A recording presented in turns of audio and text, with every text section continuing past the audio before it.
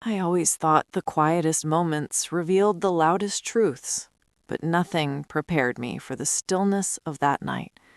The night I realized my family never saw me as a person, only as an obligation they could threaten, control, or bend. My name is Camille Hart. I'm 24 years old, and I work as a back-end software engineer, mostly from my small apartment overlooking the quieter edges of the city. People often say I seem calm, introverted, maybe even too quiet sometimes. But the truth is, silence is where I understand the world best. It's where I piece myself back together. I was sitting alone in that tiny apartment, the glow from my monitor casting a soft blue haze across the room. It was almost midnight. I had just finished debugging a module for a project at work when my phone lit up. Dad. Again. For a long moment, I just watched the phone vibrate across the table, humming against the wood like a trapped insect. I already knew what the voicemail would say. The last three had all said the same thing. But that night, he sounded different. Sharper. Angrier. Almost frantic. Camille, this is the last time I'm asking politely. You will attend your sister's wedding. If you don't show up, I'm cutting off your tuition. I'm done with your attitude. Before I continue my story, let me ask you something. Would you obey a family that only remembers you when they need control? Or would you walk away? Share your honest opinion in the comments. I want to hear your perspective. I remember staring at the message, not with fear, but with a kind of stunned, hollow calm. Tuition. A threat he didn't realize had no power anymore. I had already graduated months earlier, secretly, quietly, top of the class. And I was earning more than he did. He had no idea. My heart didn't race. My breath didn't quicken. Instead, I felt something I hadn't felt in years, a slow, steady uncoiling inside me, a quiet kind of strength. Outside my window, the city moved in soft blurs, red taillights, neon reflections, the distant hum of life continuing with or without me. Inside, I sat still, listening to his words again and again, feeling the weight of every assumption he had ever made about who he thought I was. Dependent, weak, obedient. He didn't know the truth. None of them did. And for the first time, I realized the advantage wasn't theirs. It was mine. I leaned back in my chair, the hum of my computer filling the silence he left behind. A strange clarity washed over me. Calm, focused, inevitable. This wasn't just a wedding ultimatum. This was the moment the balance shifted. And I knew with absolute certainty that the girl they thought they controlled no longer existed. I wasn't afraid of losing anything. They were. Here at Revenge Bible, we explore real psychological stories of betrayal and justice. Don't forget to like, share, and subscribe so you never miss our next emotional reckoning.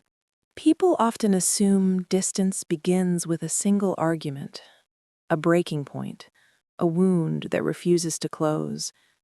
But in my case, the distance wasn't one moment. It was thousands of small ones. Moments so subtle you'd miss them, unless you were the one living through them. Growing up in the Hart household felt like living in a house where every room was lit except mine. My sister, Vanessa, was the sun. Bright, loud, unmissable. The kind of child adults loved to brag about, even when she hadn't done anything special. Everything she touched was praised, even if it was crooked. Every achievement, real or imagined, was framed like a masterpiece. And I was the quiet one, the easy child, the one who didn't ask for much, didn't cause trouble, didn't need anyone. At least that's how they interpreted my silence. What I actually needed was simple: attention, validation, safety. But asking for those things in my family always came with a cost. My earliest memories of home feel warm on the surface. Sunday pancakes, Mom humming while cleaning, Dad reading the newspaper. But beneath it, there was always an invisible hierarchy, a structure we never spoke about, but always obeyed. Vanessa first, Dad second, Mom third, me last. I learned to accept it quietly, like a child accepting winter. You don't fight the cold. You learn how to wrap yourself tighter. By the time I was a teenager, I had become invisible in my own home. If I aced a test, it was met with a short nod. If Vanessa got a participation ribbon, the whole living room turned into a celebration. She'd pose for pictures, Dad would clap too loudly, and Mom would beam like her daughter had just rewritten history. It didn't take long for me to realize my achievements only mattered if they made Vanessa look good by comparison. Otherwise, they were ignored, sometimes even discouraged. I remember sitting at the kitchen table in 10th grade, carefully holding a scholarship letter. It was a major milestone, full tuition for a summer coding program. I was nervous, but proud. When Dad walked in, I held it up gently. Dad, I got into the... Camille, not now. Vanessa's picking her prom dress. She wants us to look at the options. He didn't even look at the letter. I didn't try again. These were the small cuts, tiny dismissals that shaped how I moved through the world. Carefully, quietly, always trying not to take up too much space. And yet, I loved them. Even when they didn't see me, I saw them. I knew Dad worked long hours. I knew Mom lived through Vanessa's confidence because she lacked her own. I knew Vanessa didn't understand the effect her entitlement had on others.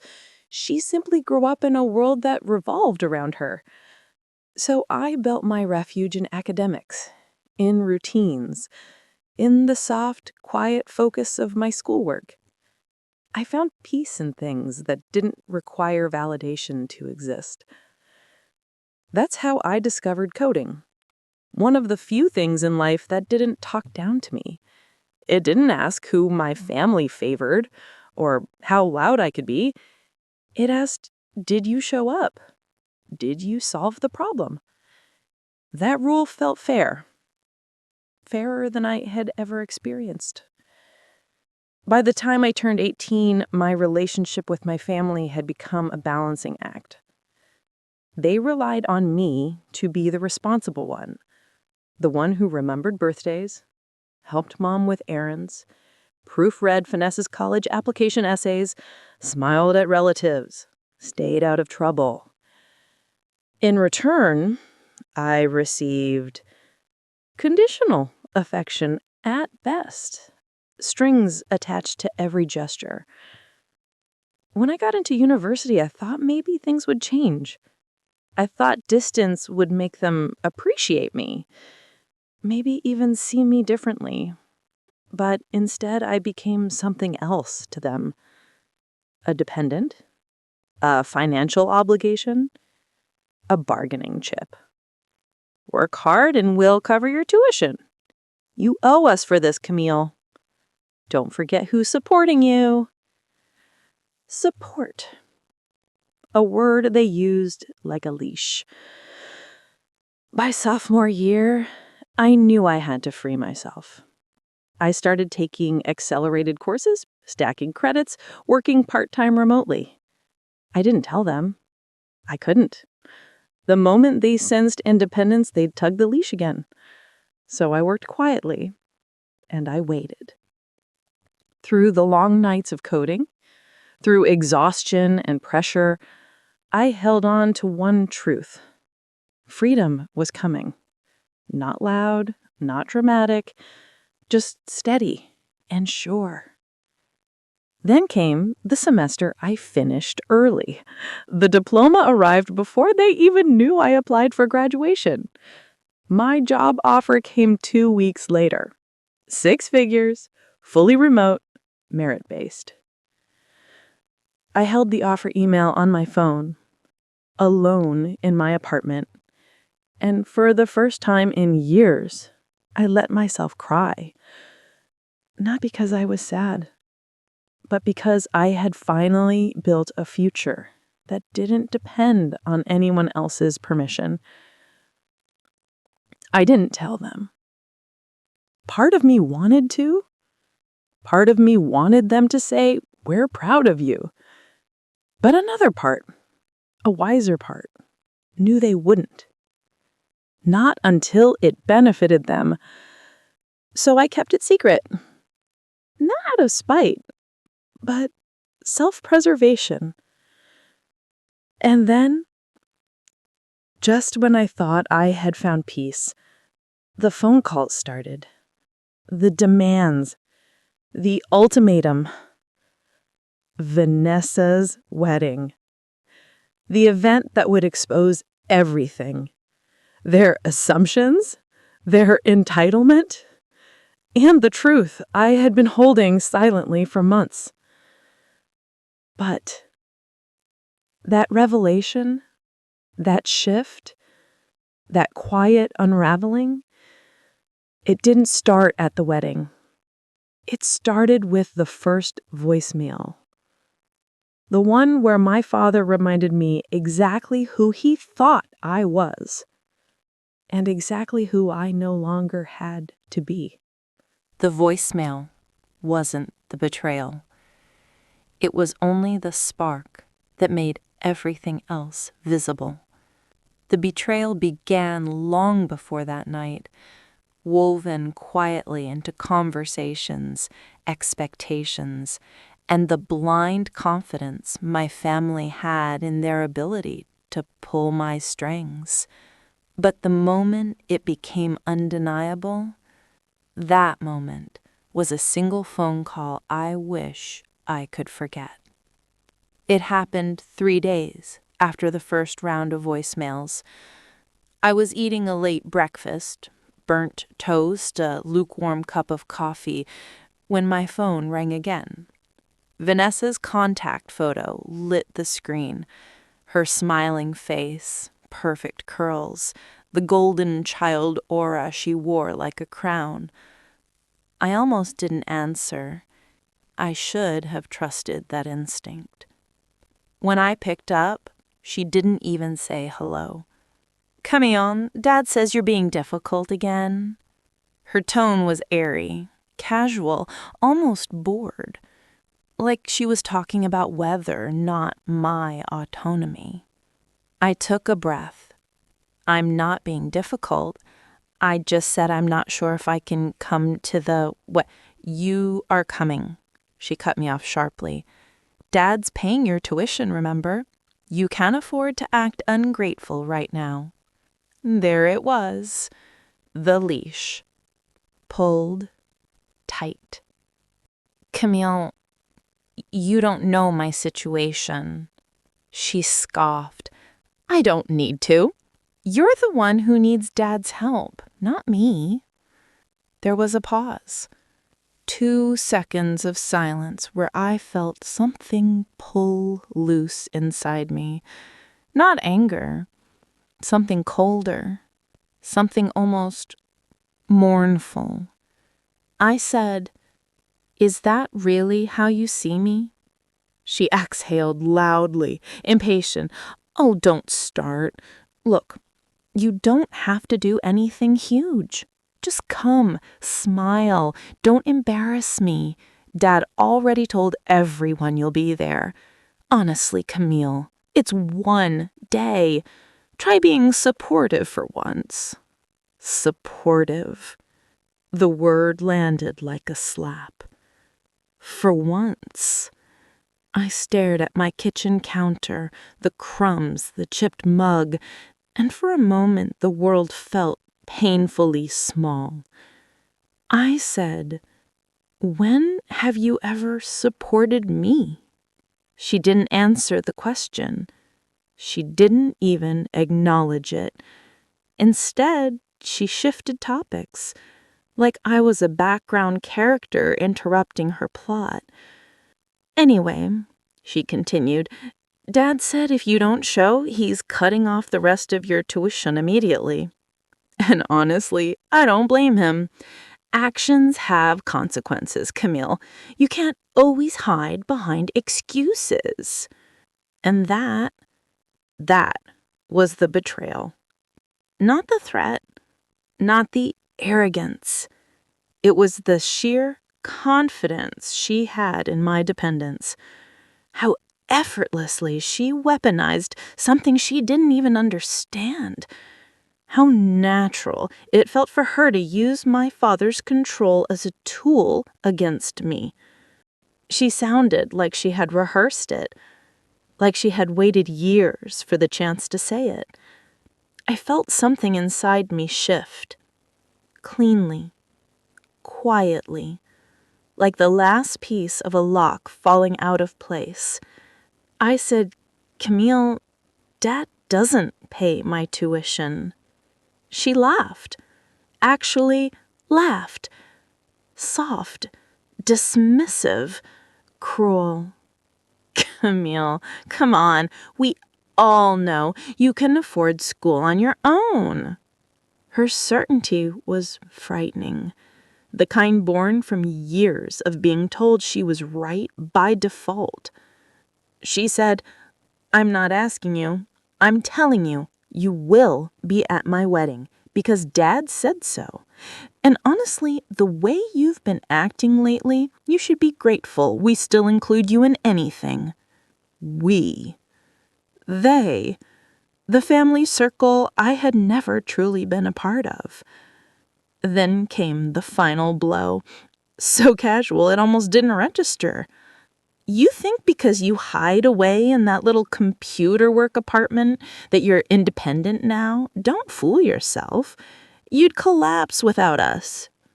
My fingers tightened around the phone. The coffee tasted bitter in my throat.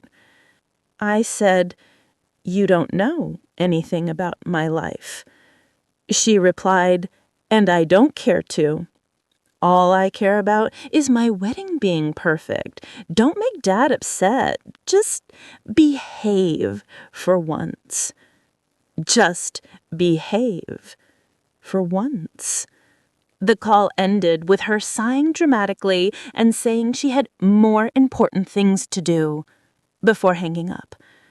The silence that followed was heavier than the words themselves. It settled on my skin like dust. Quiet, suffocating, undeniable. For a long time, I just sat there staring at the wall, feeling the shape of the betrayal settle in my chest. It wasn't now. It wasn't shocking. But it was clearer than ever before. They didn't love me. Not really. Not unconditionally. They loved my compliance. They loved the version of me that asked for nothing, the version that accepted being last, the version they could control. And the moment they sensed change, the moment I stopped playing the silent role they built for me, they turned on me without hesitation. The betrayal wasn't personal to them. It was instinct. It wasn't about the wedding. It was about the possibility I might not need them anymore. And the most painful part, they weren't angry because they thought I was struggling. They were angry because they feared I wasn't. That was the moment I understood something important. They had never been supporting me. They had been securing their own power. Quietly, I placed my phone on the counter. The air felt colder than before. My breath felt sharper. The betrayal was complete. but so was my clarity.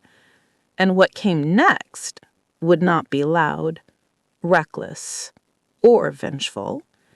It would be precise, measured, and inevitable. Discovery rarely hits all at once. Sometimes it unfolds slowly. Quiet observations, small inconsistencies, truths that surface only when you finally stop making excuses for people. After that phone call with Vanessa, I didn't cry, I didn't shake, I didn't even feel angry. What I felt was a heavy, anchoring stillness, the kind that settles in the body when you finally hear every word someone has been saying to you for years. Their entitlement wasn't new, but my clarity was. That night, I sat in my apartment, surrounded by the sound of my own breathing and the faint hum of my computer. Outside, the city moved in soft blurs again. Cars passing, streetlights flickering, the distant rhythm of a life I was finally ready to step into fully. I opened my laptop, not because I wanted to plan anything yet, but because I needed to know the scale of the lies they'd built around me and how long I had been participating in them without realizing it. The first discovery was almost accidental. I logged into the old family shared email, the one my parents insisted we all use for important documents. I rarely opened it, but I remembered Dad liked to keep copies of enrollment confirmations there. A part of me, maybe the last hopeful part, wondered if there was something I had misunderstood. If maybe they truly believed they were still paying something for me. If maybe the threats weren't malicious, but ignorant. But the moment the inbox loaded, the truth arrived with merciless clarity. Everything was in my name. Every tuition statement from the past 2 years, paid in full by me. My scholarship adjustments, my graduation confirmation, my financial aid release forms, all listed neatly, all untouched by my parents. And most importantly, my parents had been CC'd on every email. They knew. They knew I wasn't dependent on them. They knew I had completed my degree early. They knew I no longer needed their money. Yet, they still used the illusion of their financial support as leverage, not out of concern, not out of misunderstanding, but because the illusion benefited them. I sat back in my chair, breath slow, controlled. The room suddenly felt colder. For a moment, I let myself replay the phone call. Dad's paying your tuition. Don't act ungrateful. You'd collapse without us. They said those things knowing they weren't true, knowing the only thing they could lose was control. The second discovery came when I checked my bank statements. There, hidden between larger entries, was something I had almost forgotten about. A recurring transfer from my father amounting to only a quarter of what he claimed he was paying for my tuition support. He hadn't been contributing, he had been covering small incidental fees and exaggerating them into full ownership of my independence. He wasn't supporting me, he was investing in a narrative. The third discovery was messier, emotional rather than factual. I went digging through old messages, old calls, old family threads. Moments I had brushed off suddenly formed a pattern. Every compliment came with a condition. Every gesture had a motive. Every conversation about my life shifted back to theirs. And every time I achieved something on my own, they loosened their grip for a moment, only to tighten it later with twice the force. It became clear they weren't afraid I would fail. They were afraid I would leave. And that fear made them cruel. Looking back, I don't know what hurt more. That they tried to control me, or that for so long I allowed it. I closed the laptop gently. The room buzzed with a soft, eerie quiet. I wasn't naive. I always knew my family played favorites. I always knew Vanessa took up most of the emotional space. But I never realized the depth of the manipulation. How deliberately they curated the illusion of my dependence. That realization didn't bring relief. It brought something sharper.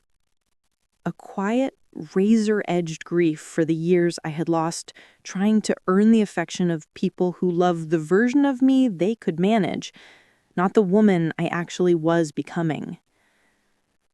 The fourth discovery happened the next morning. My mother called. The moment I picked up, her voice was carefully arranged. Sweet, trembling, practiced concern. "Camille, honey, your father says you're refusing to attend the wedding. Tell me that isn't true." I said nothing.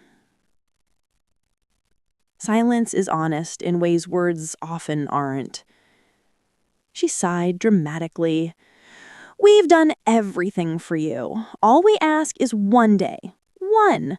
Vanessa is heartbroken that you're making this about yourself." There it was again. A subtle twist of the knife. "Mom," I said finally, "did you know I graduated already?" Silence. Long. Tense.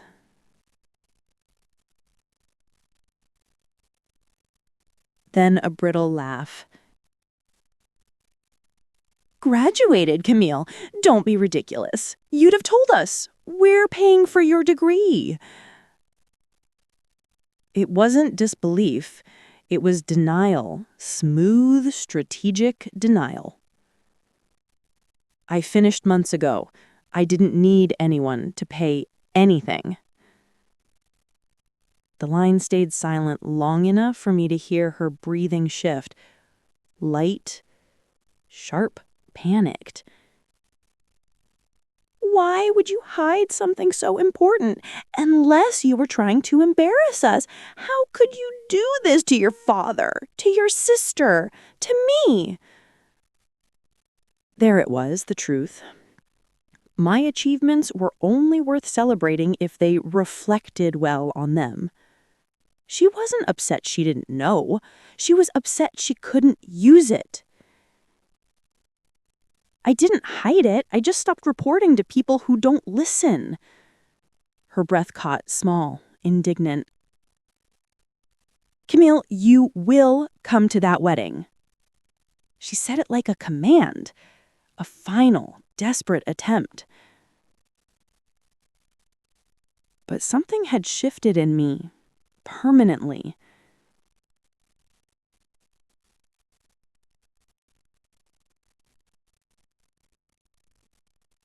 When I hung up, there was no guilt, no fear. Just a steady pulse of clarity. The discovery wasn't simply their manipulation. It was the truth underneath it. They needed me more than I ever needed them. And now, they knew it. I spent the night after my discovery sitting on the floor of my living room, legs folded, back against the couch, the city lights flickering through the curtains like distant warnings. I didn't cry.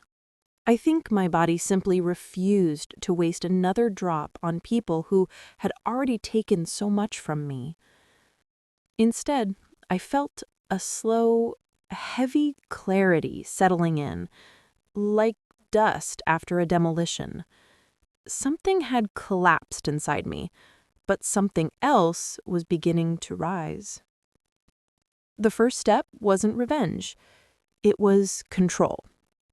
I needed to reclaim the parts of my life that had been quietly shaped by their hands. The finances, the workspace, the project files, the client relationships. All the invisible strings Jude and Marissa thought they still held. Revenge wasn't a moment. It was a structure. And to build it, I needed a foundation. I opened my laptop, pulled my hair back, and started mapping things out. Jude's access points, Marissa's patterns, the roles they played in every piece of my life, every crack they exploited, every lie they repeated. It wasn't rage guiding me anymore. It was precision. Calm, focused, almost frighteningly sharp. I created a folder titled Reclamation. Not revenge, not yet, just reclamation. And I filled it with every document they didn't expect me to see. Emails Jude accidentally left logged into my tablet over the years. Expense sheets I'd collected while doing joint budgeting. Screenshots of messages from Marissa when she vented about needing boundaries, but continued leaning on me for everything. I cross-checked, time-stamped, highlighted patterns, and listed every detail that would matter later. I didn't know yet what the final strike would be, but I knew preparation was everything. The next morning, I kept my routine exactly the same. Same coffee mug, same quiet walk to the train, same smile to the doorman of my building.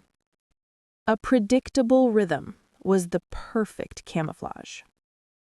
At work, I moved like a shadow. I reviewed every file Jude had mismanaged. I checked every system he thought I didn't understand. And slowly, I uncovered mistake after mistake. Sloppy shortcuts he hid behind exaggerated charm and that signature empty warmth. My heartbreak had covered so much of his incompetence. But grief is a powerful cleanser. It stripped illusions bare.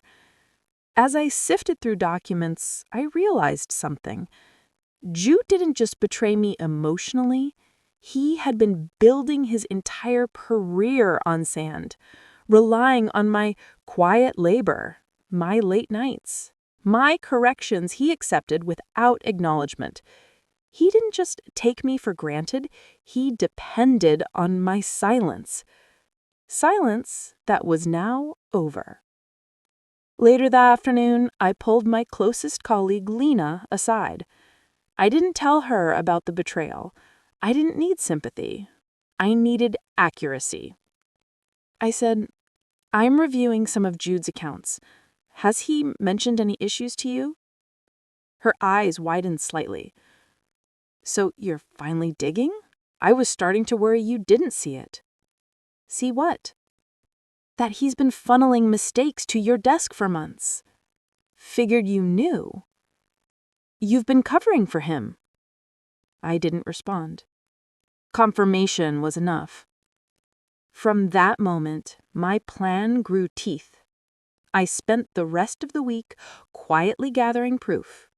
Not exaggerations, not assumptions, facts. Every transfer he shouldn't have approved. Every client communication he twisted. Every oversight that cost the company money. I documented everything meticulously, time-stamped, cross-referenced, packaged cleanly. And through it all, Jude acted like nothing was wrong. Texts full of half apologies, pretending he was the victim of a very confusing moment. Calls I didn't pick up, where his voice dropped into that soft register he used whenever he needed me to forgive something. Meanwhile, Marissa stayed silent. Guilt probably suited her. It kept her silent. But I wasn't planning revenge out of bitterness. I was reclaiming truth. One night, as I sat at my kitchen table, surrounded by documents, I realized something that almost startled me. I didn't hate them. The anger had burned out days ago. What was left was a calm, steady determination to stop allowing people to feed off my softness. Revenge, I realized, was not cruelty. It was correction. I built a timeline, personal and professional. One column, their actions, the other, the consequences they had avoided. I wasn't going to punish them. I was going to return ownership to the rightful place. And then came the final element of the plan, deciding where to strike first. Jude's reputation rested on the perception of competence. Marifa's depended on the illusion of loyalty. Both were fragile, built on narratives I had quietly upheld. If I removed my support, their structures would crack naturally. No chaos, no outburst, just exposure. By the time I finished assembling everything, the folder labeled Reclamation had grown into something more precise, more powerful. A story. A truthful one. One they had written with their actions, and I had simply documented. And for the first time in weeks, I slept deeply. If you're drawn to stories where calm turns to power, stay with us. Subscribe to Revenge Bible for more tales of justice served quietly. Revenge didn't begin with confrontation. It began with clarity. The morning I decided to act, the sunrise looked almost deliberate. Soft light cutting across my apartment floor and thin, golden lines. I breathed in slowly, feeling something settle in me. Not rage, not triumph, just certainty. Everything Jude and Marissa took from me, they took quietly. So I returned the gesture, but with intention. I started with Jude's professional facade, his most fragile asset. At work, I requested a private meeting with our department director, Miss Halbrook. She was sharp, calm, and allergic to disorder. Exactly the kind of person who understood the weight of documented truth. I walked into her office with the folder labeled Reclamation neatly tucked under my arm. "Camille," she said warmly, "come in. What's on your mind?" I didn't shake. I didn't stutter. I need to report a pattern of misconduct. I have all the supporting documentation. She narrowed her eyes, not suspicious, but attentive. Show me. I laid everything out, not in a rush, not defensively, just honest, organized fact. Financial inconsistencies, unapproved transfers, emails where he pushed responsibilities he wasn't qualified for onto my plate, client mismanagement that had cost us a key account. Every piece spoke for itself. By the time I finished, the room felt different, quieter. Miss Halbrook leaned back. "How long have you been carrying this alone?" "Too long," I said. She nodded slowly. "Thank you for bringing it forward. We'll conduct a full internal review." effective immediately.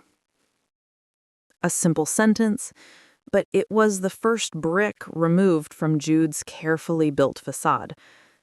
I didn't smile, because revenge isn't about delight. It's about balance. When Jude arrived at work that day, he was called into the conference room. His confusion was visible even from the hallway.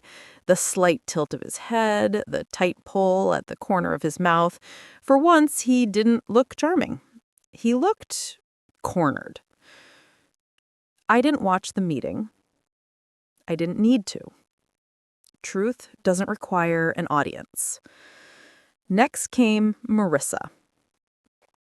Not in a dramatic showdown, but in the space where she least expected it. Her friendships. For years, I had been the silent buffer, absorbing her stress, smoothing her conflicts, softening her edges. She didn't realize how much of her social world depended on the quiet labor of my empathy. So I withdrew it. I unfollowed her quietly, muted her messages, stopped responding to her passive-aggressive check-ins. The absence of my presence was louder than any confrontation. But the real strike came when I sent a calm, brief group message to the friends we shared. Just to clarify, I'm stepping away from my friendship with Marissa. I recently learned she and Jude have been involved behind my back. This message isn't for drama, just for truth and distance. No embellishment, no venom, just clarity. People didn't respond with outrage. They responded with disappointment, directed at her. You see, betrayal thrives in secrecy. Exposure turns it brittle. Marissa texted me individually within minutes. "Camille, why would you tell them? We're still figuring things out." I didn't respond. Silence now was strategy. The final piece of revenge wasn't social or professional. It was personal. My withdrawal of emotional labor. For years, I had poured into Jude, encouraged his ambitions, softened his failures, held his fears like they were sacred. He didn't realize how much of his identity leaned on my validation until it was gone. So I sent him one single message. "I know everything and I'm done." That was it. The echo of that silence was more devastating than anger. He tried to call 7 times. He sent paragraphs filled with excuses, spinning half-truths into emotional bargaining chips. He asked to meet just to talk, but revenge isn't about engagement. Sometimes the sharpest consequence is losing access to the person who once held you together. And then the final turn came without me lifting another finger. 2 weeks after the internal review began, Jude was removed from a major client account. His title was quietly adjusted. His responsibilities were cut in half. His performance monitoring was labeled critical. His reputation, once his shield, began to crumble. People noticed. They whispered, not about drama, but about incompetence. Marissa, meanwhile, watched the slow distancing from her social circle with growing panic. She tried initiating gatherings, group chats, inside jokes, but the energy didn't return to her. She wasn't avoided. She was simply no longer centered. And she didn't know how to function without being the emotional hub of everyone around her. And me? I wasn't triumphant. I was free. Revenge, I realized, wasn't an explosion. It was erosion. A steady dissolving of the power others once held over me returned piece by piece to where it belonged. The day Jude approached me in the parking lot, looking smaller than I had ever seen him, he said quietly, "Camille, I never meant for any of this to happen. But meaning is irrelevant. Impact is what shapes reality.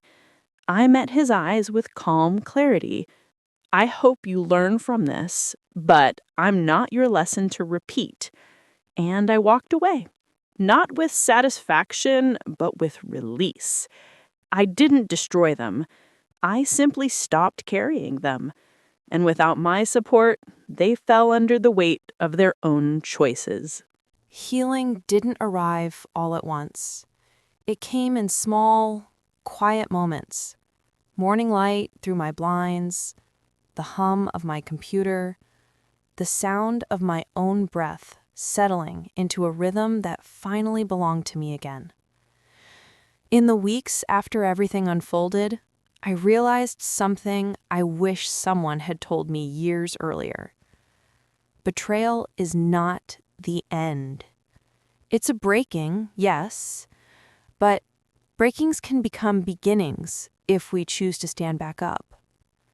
For so long, I believed other people held the pen to my life. My parents, my sister, Jude. I thought they got to write the ending because they were louder, older, or simply more entitled.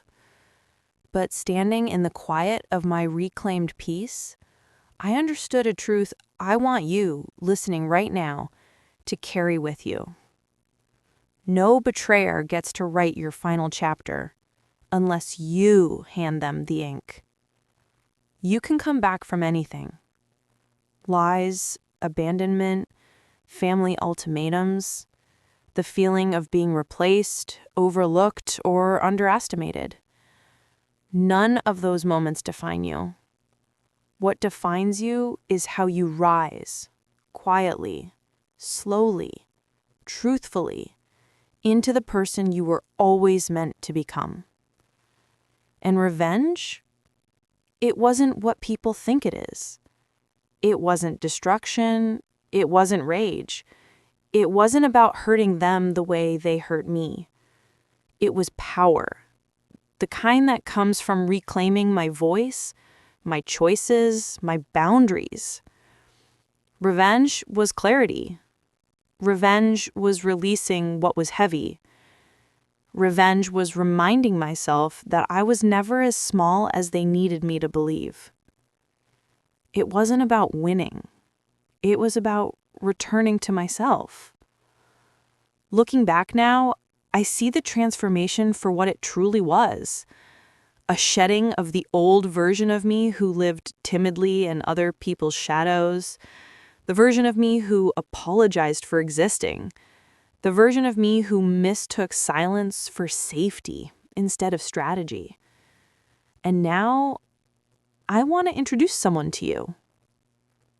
Camille Hart. Yes, Camille is who I became after all of this. Not a different person, but a stronger one. A woman rebuilt. A woman who rose from the ashes of manipulation and emotional neglect into a future she authored herself. Camille is confident. Camille is calm. Camille knows her worth. Camille doesn't chase validation. She embodies it. And if you're listening now, carrying your own story of heartbreak or betrayal, I want you to know something with absolute certainty. Your comeback is already written in your strength. You just have to turn the page. This was another story from Revenge Bible, where we turn pain into purpose and betrayal into balance. Subscribe and join us for the next transformation.